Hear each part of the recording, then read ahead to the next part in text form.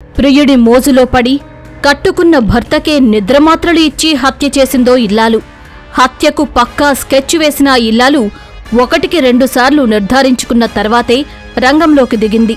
తినే ఆహారంలో నిద్రమాత్రలు కలిపి గాఢ నిద్రలోకి వెళ్లిన తర్వాత ప్రియుడి సహాయంతో ముఖంపై దిండు పెట్టి అదిమి చంపేశారు.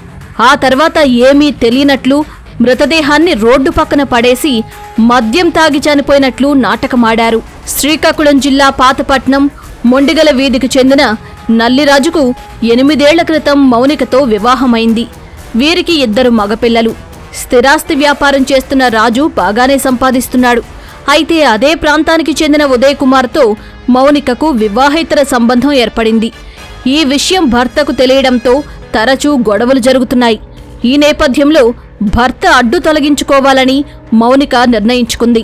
అలాగే ఉదయ్ కూడా భార్యకు విడాకులిచ్చి ప్రియురాలితో కలిసి ఎక్కడికైనా వెళ్లిపోవాలని పథకం వేశాడు.